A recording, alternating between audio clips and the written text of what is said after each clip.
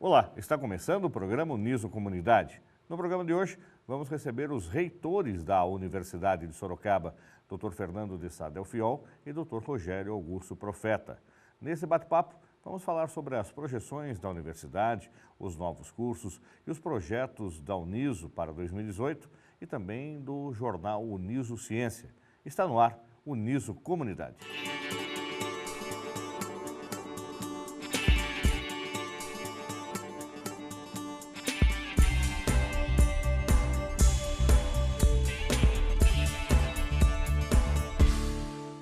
Estamos recebendo hoje os reitores da Universidade de Sorocaba, Dr. Fernando de Sá Del Fiol e Dr. Rogério Augusto Profeta.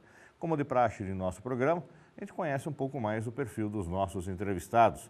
O Dr. Fernando já esteve conosco aqui em mais de uma edição para falar das atividades da reitoria, nesses 8 anos que esteve à frente dela, também das atividades que desenvolve na área de farmácia. E o Dr. Rogério Augusto Profeta esteve pouco conosco, mas agora terá uma participação mais ativa, porque acabou de ser eleito o reitor da universidade pelo voto direto, ou seja, professores, funcionários e alunos fizeram aí a escolha do Dr. Rogério como novo reitor da Uniso e assume no dia 1º de fevereiro de 2018. Dr. Fernando, vamos começar com o senhor, que está reitor ainda da Uniso, a respeito da sua graduação, da sua titulação. O senhor é graduado em farmácia, é isso? Isso, eu me formei em 1990 na Metodista de Piracicaba e logo depois da graduação continuei já com o mestrado, só que aí fui para a Unicamp, fiz o mestrado, fiz o doutorado, o pós-doutorado na farmacologia e de lá para cá, acho que a partir de 93 eu comecei já dando aula, né? Então, já estou há alguns anos aí frente às minhas atividades acadêmicas. Da Universidade de Sorocaba, o senhor está desde quando? Aqui na Uniso eu cheguei em 1999. E aí o senhor começa como professor, depois como professor do curso de farmácia. Logo no primeiro ano há uma eleição para a coordenação do curso de farmácia. Eu fiquei um ano como professor e depois eu assumi a coordenação do curso de farmácia. Fiquei no curso de farmácia por 4 anos. Na minha segunda eleição fui reeleito para a coordenação do curso de farmácia, mas fiquei um ano só, porque o professor Aldo, reitor à época, me convidou a assumir a pró-reitoria de Extensão e Assuntos Comunitários da Uniso naquela época. Então eu deixei a coordenação do curso de farmácia à época e assumi a pró-reitoria por 3 anos. Isso foi de 2006 a 2009. Em 2009, há a eleição para reitor da Universidade de Sorocaba. Eu fui um dos candidatos, fui eleito e assumi a reitoria em 2010. Fiquei de 2010 a 2014, 2010 a 2014, quando fui reeleito, e agora 2014 a 2018, né? Janeiro de 2018, quando a reitoria passará para o professor Profeta. Agora o professor Dr. Rogério Augusto Profeta é prata da casa. O senhor é graduado aqui na Uniso e fez mestrado e doutorado fora da instituição, mas é filho da Uniso, não é isso, professor? Sim, desde 1981 eu tenho contato com a instituição, à época, Faculdade de Ciências Contábeis e Administrativas de Sorocaba, não era nem a Faculdades Integradas Dom Aguirre ainda. Então eu entrei em 1981 no curso de Administração, me graduei em Administração em 1984, aí entre 86 e 87 eu fiz Lato Sensu também na Facas. Aí, de 91 a 94, eu fiz o mestrado. Aí, o mestrado já foi também em administração, o mestrado já foi na PUC de São Paulo. Aí, de 99 a 2003, eu fiz o doutorado na USP, em São Paulo. E na área docente, o senhor está na Uniso desde quando? Na docência, desde março de 88. Completo o ano que vem 30 anos de atividade na docência. Atuei em outras instituições também, mas predominantemente na Uniso, continuamente na Uniso. E o senhor também, como o doutor Fernando, o senhor também teve experiência na coordenação de curso também de administração, é isso? Foi uma experiência bastante longa, provavelmente uma das mais longas que eu conheço, porque eu entrei na coordenação em 96 e saí em 2007, né? Então é um tempo bastante grande. Saí justamente na época em que o professor Aldo fez uma reestruturação na reitoria e eu entro na pró-reitoria administrativa em junho de 2007. E está até hoje nessa pró-reitoria. Sim. E o senhor acumula também o cargo de secretário-geral da Fundação Dom Aguirre. É secretário executivo. Secretário executivo da Fundação Dom Aguirre, isso foi em abril de 2008. Qual é a responsabilidade desse secretário? Basicamente, a responsabilidade da Secretaria Executiva, ela é operacionalização das atividades previstas ou deliberadas pelo Conselho Superior. Então, ele é um executivo das deliberações do Conselho Superior e isso, naturalmente, atinge as responsabilidades, basicamente as responsabilidades financeiras da Fundação para com instituições bancárias, para com prestar informações ou prestação de contas para as diversas instâncias que a gente tem no país. A gente tem, só para saber, cerca de 22 prestações de conta que a Fundação Dom Aguirre faz anualmente. E aí, consequentemente, na Fundação Dom Aguirre, o senhor também tem contato com o próprio Colégio Dom Aguirre, também, que é mantido pela Fundação. Exatamente. O contato com o Colégio Dom Aguirre, ele é feito da Fundação diretamente com o diretor do Colégio Dom Aguirre.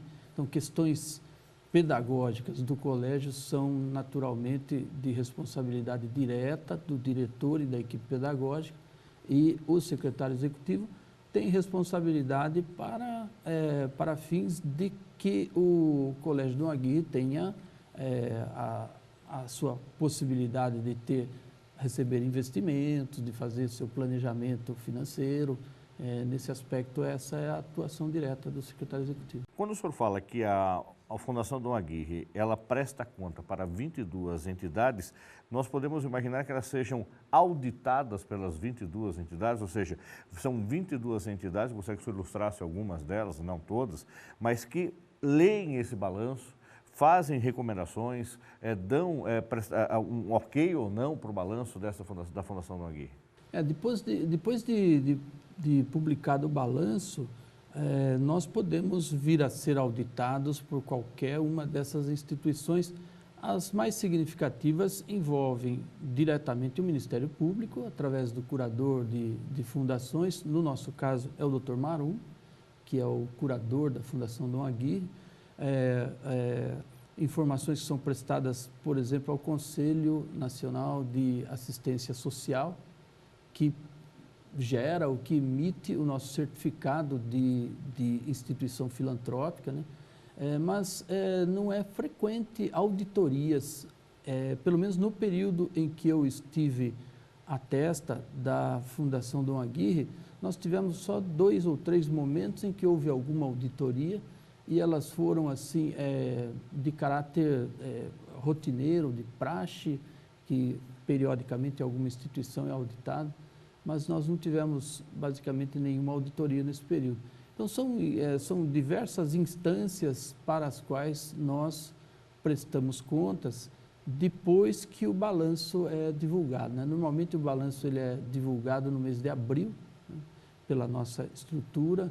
E é publicado, publicamente? Sim, é colocado num jornal de grande circulação. Nós temos privilegiado o uso ou de jornais de Sorocaba ou de um grande jornal do estado de São Paulo, né, para que essa disponibilização desses dados fique efetivamente pública. Agora, doutor Fernando, a Uniso, com todo esse acompanhamento, com toda essa avaliação administrativa, é porque também ela é uma universidade comunitária. Eu gostaria que o senhor explicasse para quem não conhece um pouco desse perfil. O que é uma universidade pública, uma universidade privada e uma universidade comunitária como a Uniso? Porque muitas vezes, quando a gente recebe os visitantes, a gente tem um projeto intenso chamado Uniso Tour, Inclusive, se você está nos acompanhando, ainda não veio visitar a Uniso com a sua escola, você pode entrar em contato conosco através do nosso telefone 21017000, 21017000, ou mandar um e-mail uniso@uniso.br, fala que você tem interesse em vir conhecer a universidade e nós estaremos recebendo você com o maior prazer. Então, aí o professor Profeta vai falar desses números aí, mas que nós chegamos aí à casa de pelo menos 5.000 alunos por ano nesse Uniso Tour. E quando os alunos vêm nos visitar, alunos do ensino médio, quando a gente fala que a Uniso é uma universidade comunitária e por isso ela pode cobrar o valor da mensalidade que cobra, que é menor do que a concorrência, e que ela tem um perfil de um programa de bolsa de estudo muito intenso, eles ficam surpresos porque não conhecem essa estrutura. Então, eu gostaria que você falasse um pouco sobre o perfil de uma universidade comunitária. Bom, no Brasil existem 3 modelos clássicos de universidades ou de instituições de ensino superior: as privadas, as públicas e as comunitárias. Nas públicas, há financiamento público, o governo investe um tanto naquela instituição, obviamente os alunos não pagam a mensalidade, porque quem paga essa mensalidade é o governo federal, no caso das universidades federais, e o Estado, no caso das estaduais, em algumas situações, algumas instituições municipais também. A privada, ela é de um dono, tem um dono a escola, uma pessoa, um grupo econômico, isso está muito comum hoje, um grupo econômico ser dono de uma instituição, ela cobra mensalidade, ela vive daquela mensalidade e ela pode ter lucro garantido por lei, isso está previsto em lei, as instituições privadas. Então, para dar um exemplo prático, a instituição recebeu 100 durante aquele ano e gastou 80. O dono da instituição tem um lucro de 20, porque ele compra um barco para ele compra uma casa nova, ele faz o que ele quiser com o dinheiro, porque o dinheiro é dele. Isso é uma instituição privada, né, com fins lucrativos. As instituições comunitárias, a propriedade da instituição é comunitária e a gestão é comunitária. Por que ela cobra mensalidade? Porque ela não recebe subvenção alguma do município, do estado ou da federação, né? Então ela depende da mensalidade dos alunos. Ela não tem dono no sentido estrito, ou seja, ela não é da igreja, ela não é do reitor, ela não é da cidade, ela é da comunidade de uma maneira geral, da comunidade acadêmica, da comunidade social da região de Sorocaba. A sua gestão é comunitária, ou seja, os seus coordenadores são eleitos, o seu reitor aqui é eleito, e ela cobra a mensalidade. E usando o mesmo exemplo da instituição privada, a Uniso ganhou 100 e gastou 80. Os 20 não vão para um grupo, não vão para uma pessoa. Eles obrigatoriamente têm que ser reinvestidos aqui. Então, por exemplo, toda essa reestruturação que foi feita no laboratório de comunicação é oriunda de resultados financeiros de anos anteriores. Então, quando a instituição tem resultados financeiros, obrigatoriamente ela reinveste. Então, está aí um prédio novo que está saindo com mais 3.000 metros quadrados do prédio da Odonto. Então, para que esse resultado financeiro? Para que a instituição continue crescendo, para que a instituição continue modernizando os seus laboratórios, né? Fazendo a manutenção dos prédios, né? Então, por isso, do resultado financeiro que você tem que ter. Porque se ela ganhasse 100 e gastasse 120, em pouco tempo ela estaria falida e fecharia a instituição, né? Então, é basicamente a diferença que você tem entre essas 3 estruturas. Outra coisa que eu gostaria de destacar na instituição comunitária, especialmente na Uniso, né, é o cuidado que a gente tem que ter com o recurso, né, porque esse recurso ele é contado, né, a gente não tem recurso à vontade e a gente prima por usar isso com muita cautela, né. Aqui na instituição, diferentemente de outras instituições em que o reitor tem carro oficial, que o reitor tem motorista, que o reitor tem diversos assessores, a gente não tem isso aqui na Uniso, né? Algumas instituições têm 7 ou 8 pró-reitorias, nós temos 2, né? Então, uma marca dessa instituição é usar com racionalidade, com parcimônia o nosso recurso para que a gente consiga investir, para que a gente consiga construir um novo prédio, dar esse laboratório nessa condição que a gente tem, né? Então, esse é um pouco da marca da nossa casa. Agora, doutor Rogério, muitos também questionam que a Fundação Dom Aguirre ela é presidida pelo arcebispo metropolitano da cidade, ou seja, atualmente é Dom Júlio Camini que é o presidente. E aí se fala que a Uniso é da igreja, mas a Uniso não é confessional. O que é uma universidade confessional e uma universidade não confessional?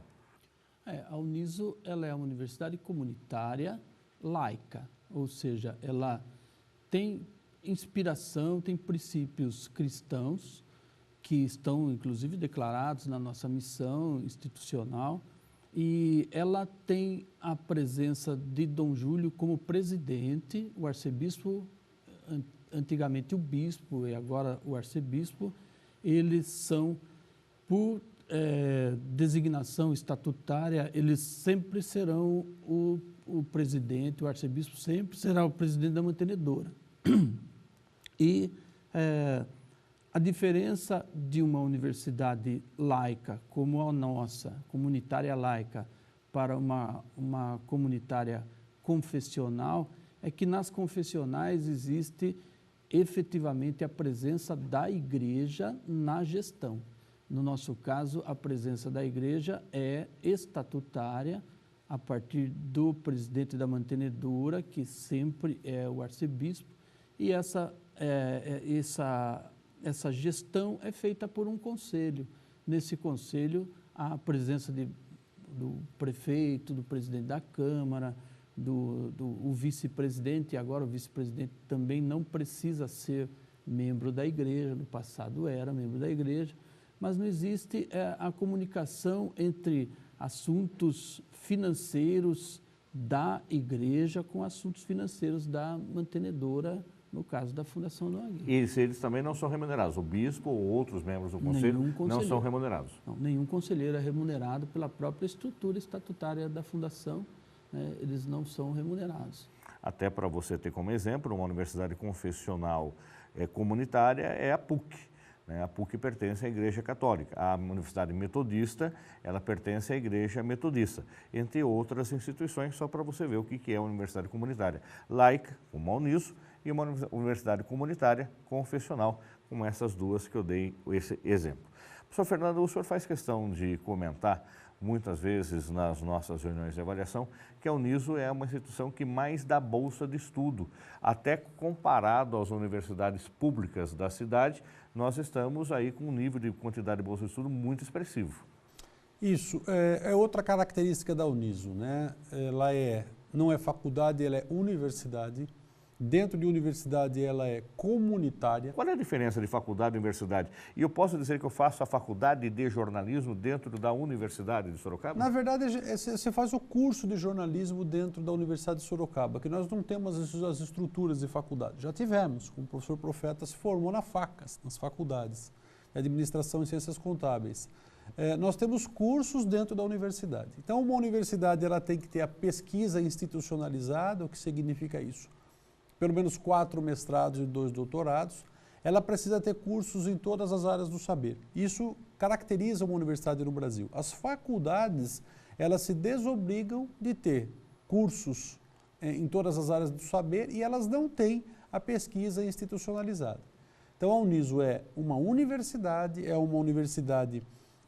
comunitária e é uma universidade também filantrópica.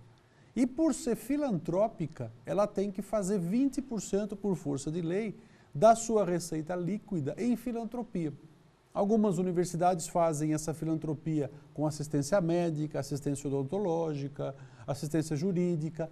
A Uniso optou, a Fundação Dom Aguirre optou por fazer toda a sua filantropia em bolsa, de maneira que hoje, de cada 5 alunos, um necessariamente é bolsista. Ou seja, 20% dos nossos alunos são bolsistas. E por isso que eu falo que a universidade deve crescer. Porque se hoje a gente tem 10 mil alunos, eu tenho 2 mil bolsistas. Se um dia eu chegar a ter 12 mil alunos, eu terei 2.400 bolsistas. Ou seja, a cada 4 alunos novos pagantes, um aluno entra como bolsista, mostrando o papel social fundamental que a universidade tem no desenvolvimento da nossa região. Agora, doutor Rogério, quando nós sentamos, inclusive estava com o senhor, em 1996, para fazer, acho que uma das primeiras reuniões dos coordenadores de curso naquela época, numa mesa oval, onde estávamos ali em praticamente 12 pessoas, para a realidade de 2017. O que mudou?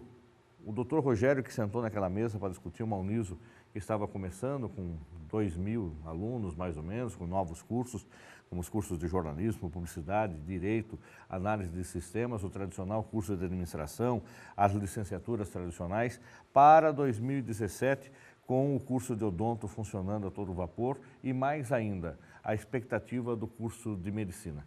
Mas o senhor responde isso daqui a pouco, após o intervalo.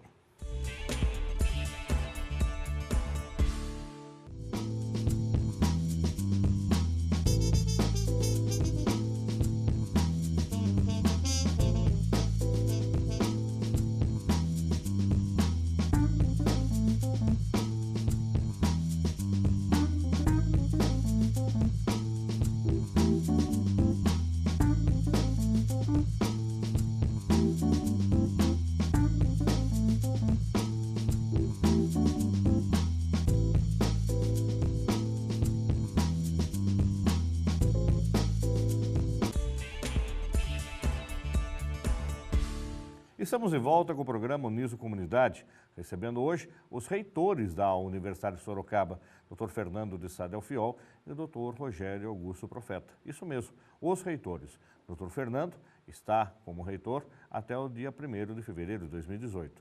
Já Dr. Rogério Augusto Profeta foi eleito o novo reitor da Uniso e assume também nessa nova data.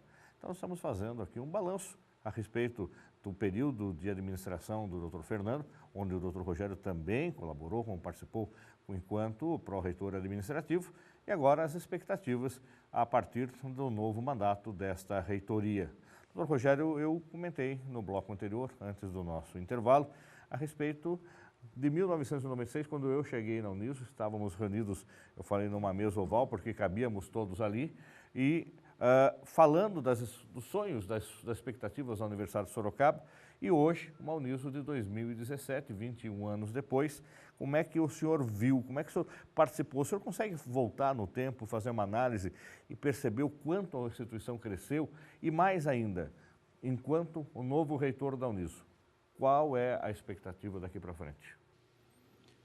Olha, você coloca uma pergunta desafiadora. A universidade, ela teve dificuldades para se instalar, né? Porque não era a unanimidade, a vontade pela universidade. Na verdade, nós tivemos um grande responsável pela existência da universidade, que é indiscutivelmente o professor Aldo, com a postura sempre visionária que ele teve, sempre de vanguarda, e ele imaginou que Sorocaba precisava de uma universidade de Sorocaba. Ele sempre coloca isso, nós somos os únicos de Sorocaba. Então, aquele período foi um período bastante turbulento, nós tínhamos tudo para nunca sermos uma universidade. O que nós tínhamos de forte mesmo era a vontade do professor Aldo, a capacidade de trabalho que ele sempre teve, que felizmente mantém, continua conosco, né? E ele colocou essa ideia a em todas as instâncias que ele tinha trânsito, e não foram poucas, e empreendeu uma série de trabalhos articulados para a instalação da universidade. Essas articulações envolveram, né, no aspecto do trabalho, a criação de novos cursos, né, para que as faculdades integradas Dom Aguirre pudessem ser elevadas à condição de universidade. Então foram colocadas as perspectivas da criação de inúmeros cursos. Na época eram 6, 8 ou 10 cursos, não me lembro exatamente, que depois foram sendo completados com áreas novas. A área da comunicação, por exemplo, foi uma das áreas novas que foi colocada para a formação da universidade, e era um sonho bastante distante. Eu costumo dizer que eu era muito novo na universidade, eu não fazia ideia do que era uma universidade, uma faculdade comunitária, então, como nem existia, né, essa definição na legislação, né, muito embora já existisse na essência o que era uma universidade comunitária. Para mim, aquela época era uma época de bastante surpresa. Eu cheguei na universidade em 88 e acredito que foi em 94 eu passei a ser coordenador de curso e eu me autodenominava, né, o coordenador biônico, fazendo alusão lá aos biônicos da época da ditadura, porque eu fui designado para a coordenação por portaria do reitor, porque não havia ainda a instituição de colegiados de curso, como temos hoje, né? Com as eleições para o coordenador de curso.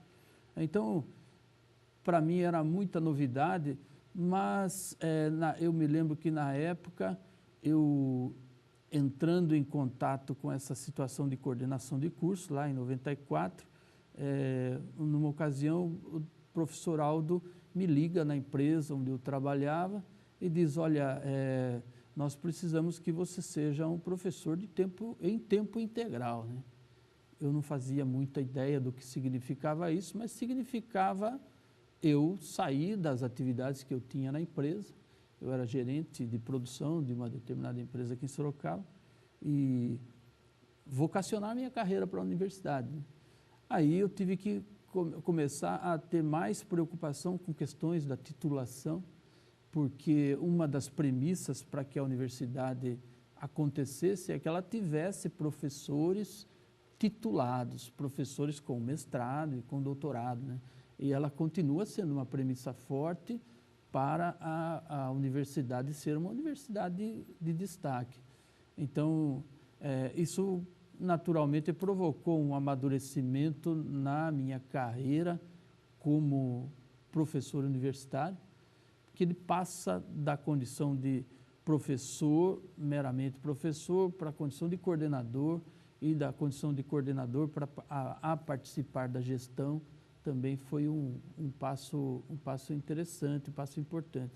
Então, eu vejo que a universidade, ela trouxe para a Sorocaba e região muitas boas perspectivas, né? Que nós não tínhamos enquanto instituição isolada. E uma das perspectivas muito fortes que nós temos é a pesquisa. Fazer pesquisa é um grande diferencial de uma universidade e faz com que, onde ela esteja instalada, se crie polos de desenvolvimento. E tem N exemplos pelo país todo de situações em que a presença de universidades, sejam elas particulares ou públicas, elas propiciam o desenvolvimento da própria economia da micro-região e até da macro-região de uma cidade, por exemplo, né? Nós temos como exemplo São Carlos, Campinas, que se desenvolveram muito, Bauru, Marília, se desenvolvem muito pela presença da universidade. E esse amadurecimento também do senhor enquanto pessoa, enquanto professor. Quer dizer que o senhor trabalhava e recebeu um convite só para dar aula, né? Que é aquele chavão que o aluno pergunta, professor, além de trabalhar, o senhor dá aula? Além de dar aula, o senhor trabalha? O senhor trabalhava, né? O senhor recebeu um convite só para dar aula, né? Como é que foi esse amadurecimento também? Isso foi interessante, Fernando, porque o grande ponto de tomada de decisão foi quando eu percebi que eu estava passando pela minha família e que eu não via meus filhos, eu vivia basicamente para o trabalho. Entrava às 7 da manhã no trabalho, saía às 17, entrava às 19 na universidade, saía naquela época às 23h40, que era o horário de trabalho daquele período. E uma ocasião eu fui viajar a trabalho, fiquei acho que uns 15 dias fora. Quando eu voltei para minha casa, os meus filhos não tinham nem percebido que eu tinha ido viajar. E aquilo eu falei, poxa, isso não vai acabar bem, né? E quando surgiu a oportunidade de trabalhar na universidade, eu passei a conviver com a família novamente, porque aí eu fazia as refeições na minha casa, eu tinha muito mais contato com os meus filhos, eu dividia algumas tarefas com a minha esposa sobre a criação dos filhos, enfim, sobre a própria educação deles. E isso foi um diferencial na minha vida que eu felizmente consigo manter até hoje. Eu consigo ainda fazer refeições na minha casa, Eventualmente, eu preciso ficar aqui na universidade por conta de compromissos profissionais, né? Então, a diferença para mim atingiu também a qualidade de vida. E esse amadurecimento, ele vem acontecendo com o tempo, que hoje eu sou um profissional extremamente realizado quando eu percebo que o meu trabalho não é produzir coisas. Meu trabalho, ou nosso trabalho, de todos nós aqui na instituição, é o trabalho de realizar sonhos de alguém. Alguém sonhou ser jornalista, ser farmacêutico, ser administrador, passou pela cabeça dele, nós vamos concorrer para que ele realize esse sonho. E esse sonho, na maioria das vezes, é o sonho de uma família. Então, quando a gente vai a uma colação de grau e encontra toda aquela energia, toda aquela satisfação, isso causa uma grande renovação no ímpeto ou na vontade de trabalhar ou na responsabilidade pelo trabalho que fazemos. Para mim, isso foi um grande amadurecimento. Não que fabricar coisas não seja importante, porque eu já fabriquei vários tipos de coisa como gestor, né? Como trabalhador de um determinado ramo industrial. Mas esse nosso aqui, ele é a área que possibilita que as pessoas sejam informadas, formadas, capacitadas. E isso, no meu amadurecimento profissional, eu achei que foi um grande prêmio, uma grande realização eu poder trabalhar nessa área da educação. O doutor Fernando, o professor Rogério comentou a respeito desse perfil da universidade, inclusive dos mestrados e doutorados. Eu gostaria que o senhor explicasse também um pouco, nesses 8 anos que o senhor ficou na reitoria, qual é o conceito por que a universidade tem que ter mestrado e doutorado e mais ainda pesquisa? Aí a gente já pode adiantar um pouco o assunto a respeito do Uniso Ciência, que é este jornal que foi publicado recentemente. Ele é encartado junto ao jornal Cruzeiro do Sul, consequentemente uma distribuição para toda a região metropolitana de Sorocaba e ainda ele é disponibilizado a todos os nossos alunos. Por que mestrado e doutorado? O que significa isso? É um curso, inclusive, muito alto que a universidade paga para ser universidade. Começando pela tua última pergunta, custo, para que você tenha uma ideia, a cada R$1 que entra de mensalidade dos mestrados e doutorados, a instituição coloca mais 3. Quer dizer, do aspecto financeiro realmente é muito pesado, mas a gente acredita nos programas de mestrado e doutorado. Tanto é verdade que nós temos hoje 4 mestrados e 2 doutorados e temos 2 pedidos de doutorado na CAPES aguardando avaliação. Então pode ser que até o final do ano tenhamos uma grata surpresa de termos 4 programas de mestrado e 4 de doutorado. Quais serão os 2 novos? Processos tecnológicos e ambientais, o mestrado passando para o doutorado, e comunicação, do mestrado passando para o doutorado em comunicação. Por que é importante ter mestrado e ter doutorado? O mestrado forma o professor, basicamente, o doutorado forma o pesquisador. A universidade gira em torno do conhecimento. Pelo ensino, você transmite o conhecimento, pela extensão, você aplica o conhecimento, e pela pesquisa, nos mestrados e doutorados, você cria o conhecimento. Ou seja, é uma nova informação que até então não existia, que com a pesquisa ela passa a existir. Então, vou dar um exemplo na minha área. Você tinha um medicamento que não se conhecia determinado efeito adverso daquele medicamento. Você testa aquele medicamento, percebe que existe um efeito adverso e fala, olha, aquele medicamento X agora passou a causar e a gente descobriu que ele causa dor de cabeça. Uma cefaleia, por exemplo. Então, essa informação não existia, ela passa a existir. Você produziu esse conhecimento, você produziu essa informação. Agora, o ensino vai transmitir, vai dizer para os alunos, aquele medicamento faz isso.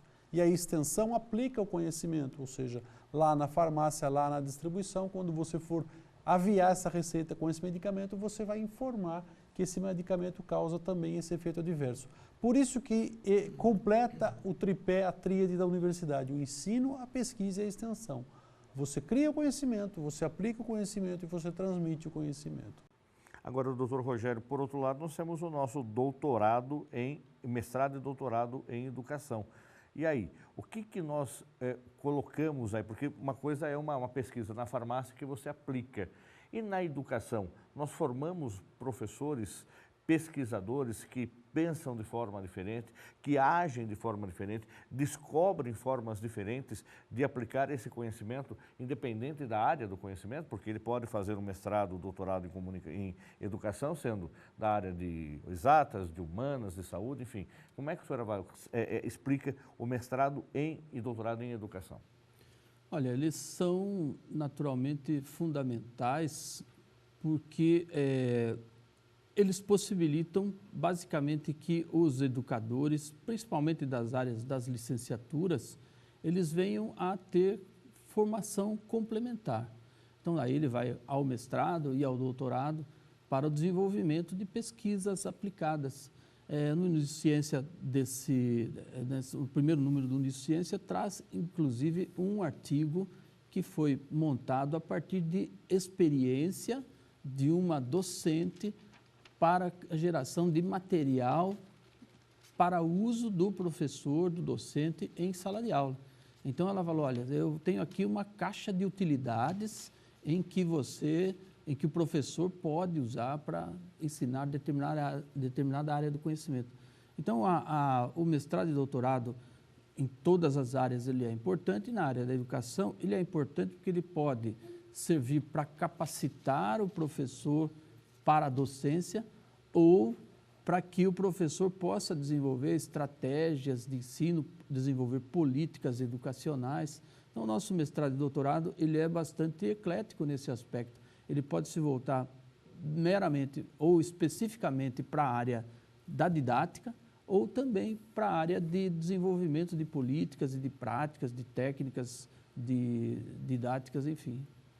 Agora, com relação também à perspectiva, eu falei, fiz aquela pergunta mais ampla para o senhor, eu acho que ficou aberto com relação quais são as perspectivas agora do seu mandato, porque até diferente de um político que é eleito para administrar uma cidade, ele, principalmente se ele é de oposição, ele entra para fazer esse prefeitura, governo estadual, federal, enquanto executivo, do zero.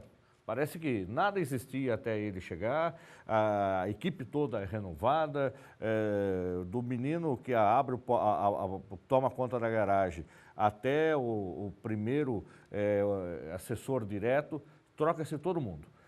O senhor tem agora um mandato que vem desde coordenação de curso, depois a pró-reitoria, agora a fundação e mais a reitoria. Então, quais são as perspectivas? Começa do zero de novo com o reitor, Dr. Rogério Augusto Profeta, ou é um trabalho de continuidade? Não, absolutamente não tem nada começando do zero, porque nós sempre tivemos, na reitoria, nós sempre tivemos um planejamento que ele é institucional, né? O plano diretor institucional. E público também, né? E é público, nós nós informamos isso ao Ministério da Educação.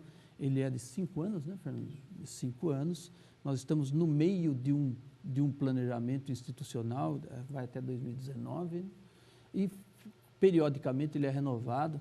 Então, uma grande diferença que nós teríamos aqui na Uniso, e respondo apenas pela Uniso, em relação às situações no poder público que a gente experimentou em diversas instâncias, é que nós temos um norte muito bem definido. Ele é definido não pelo reitor, necessariamente, ele é definido em várias instâncias. Começa pelo Conselho Universitário, que é a principal instância deliberativa da universidade. Existem deliberações ou definições que são feitas no Conselho Superior da Mantenedora. Deixa eu só lembrar também, até para gostaria que o senhor explicasse, nesses conselhos a presença do aluno também é real, ou seja, ele tem voz, ele tem voto também nesses conselhos, não é isso? No colegiado de curso, certamente pode existir a presença do aluno, ou seja, a cadeira dele está disponível. Tem alguns cursos que usam muito efetivamente a voz e o voto do aluno no colegiado. Em outros cursos, essa voz não aparece porque o próprio aluno não se organiza em alguns momentos para ter voz e voto, mas a cadeira dele está sempre disponível. No Conselho Universitário nós também contamos com a presença da cadeira do aluno, muito embora a presença tenha sido muito pequena, nós gostaríamos mais de presença do aluno, porque ele tem voz e tem voto, e é o local, né, são locais onde são definidas políticas institucionais, políticas do curso, no caso do colegiado do curso. Então é muito importante a presença do aluno nesse aspecto, a politização do aluno nesse aspecto, que ele ajude ou participe da gestão da universidade, né? Já no Conselho Superior, como ele trata das mantidas, ele não tem a presença de alunos na sua Constituição, estatutariamente, né? Mas ele tem representantes da sociedade, representantes da OAB, representantes de outros órgãos e entidades do município, é isso? Sim, ele tem várias representações da comunidade para que as decisões possam ser tomadas visando o maior bem-estar possível da sociedade. Então, isso tudo forma esse plano diretor, ou seja, o senhor assume dia 1º de fevereiro, dia 2 de fevereiro, o senhor tem um plano a seguir. Sim. Pode, obviamente, enquanto reitor, ter alguns projetos pessoais que o senhor gostaria que fossem aplicados, mas também não tem a decisão unânime de colocar em funcionamento a partir do dia 2. Precisa passar por essas instâncias, é isso? É impossível que nós tenhamos hoje um reitor ditador ou no futuro, em 2018 a 2021, o outro reitor ditando outras normas ou ditando outras coisas. Isso na nossa estrutura não é possível porque as decisões são colegiadas. E particularmente na reitoria que eu participei desde a época, e o professor Fernando também, desde a época do professor Aldo, nós temos primado pela tomada de decisões voltadas a soluções de grandes problemas ou de grandes tendências institucionais, evitando o cumpra-se, porque o cumpra-se não é adequado para a gestão de uma universidade desse tipo. Eu, como já trabalhei em empresas de outra estrutura, eu já não sentia que ele era adequado nem para as empresas particulares, para as SAs, etc., em que eu trabalhava. Tanto é que essas empresas têm procurado trabalhar gestão mais participativa, de forma que as pessoas possam se apegar mais às soluções e participar mais das soluções, né? Enquanto reitor, o senhor tem o apoio da pró-reitoria, ou seja, daqueles que estarão apoiando e está atuando. Atualmente, o doutor Fernando é o reitor, o senhor é pró-reitor administrativo e o professor doutor José Martins Oliveira Júnior, pró-reitor acadêmico. O senhor já adiantou que muda o nome dessas reitorias, essas pró-reitorias. Já tem o nome desses pró-reitores, porque isso é de livre nomeação do reitor, não são eleitos. Ou o senhor está estudando esses nomes, vai anunciar em algum outro momento, já pode anunciar esses nomes? Olha, eu nunca tive dúvida sobre o nome dos colegas de pró-reitoria. Esses nomes só não foram anunciados antes porque o nosso regulamento eleitoral, ele prevê a eleição do reitor e não a eleição de uma chapa. Então, eu sempre, quando questionado sobre isso, eu dizia, olha, a equipe já está na minha cabeça, caso eu venha a ser eleito e eu venha a ser recomendado pelo Conselho, né? É bom a gente saber que, na verdade, o que nós fazemos não é uma eleição no sentido lato da palavra, porque uma vez ouvida a comunidade, o Conselho Superior pode referendar ou não o nome do reitor. Então faz acho que uns 15, 20 dias mais ou menos que eu fui ao Conselho Superior, foi no dia 24 de outubro, eu fui ao Conselho Superior já com os dados consultados em relação à comunidade. Esses dados representaram cerca de 87% das pessoas que votaram, que foram cerca de 60%, 70% mais ou menos dos funcionários e professores, e dos alunos, infelizmente, foram poucos alunos, apenas 360 votos mais ou menos, mas 87% das pessoas que votaram confirmaram a intenção de contar comigo na reitoria, ou seja, aprovaram a minha eleição, a minha proposta de gestão.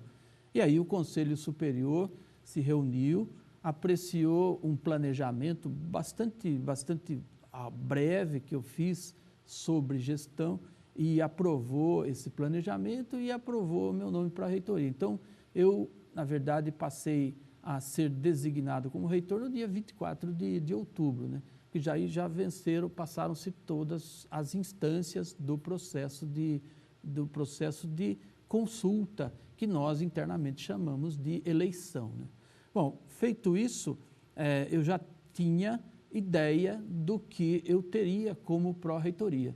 E você note que esses 4 pilares da reitoria, eles estão focalizados no sentido de posicionar a universidade como uma universidade de qualidade.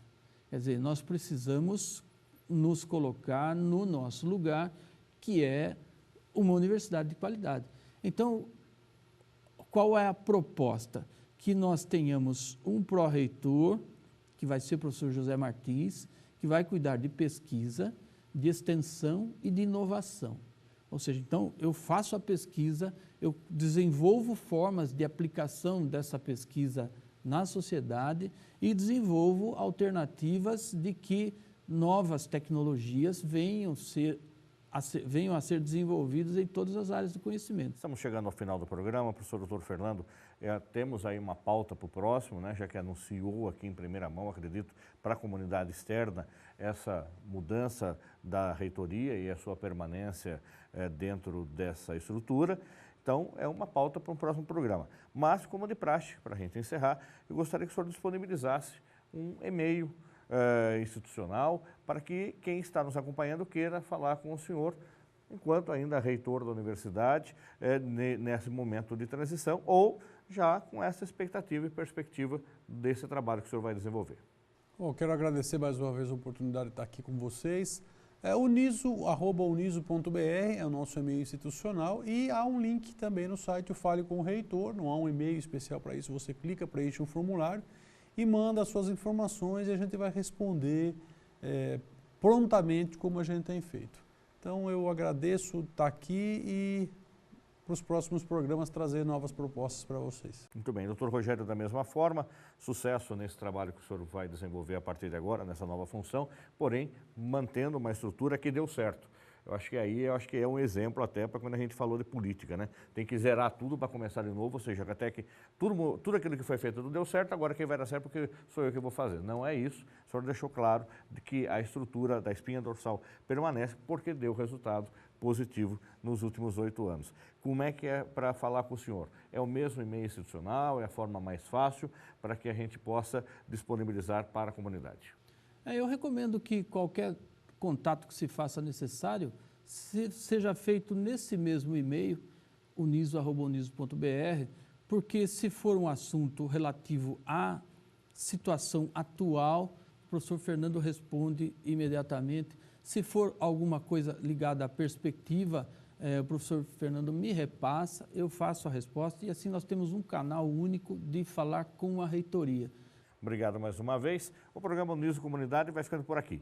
Se você quiser entrar em contato com a nossa produção, é só acessar o nosso Facebook, Uniso Comunidade. Curta lá.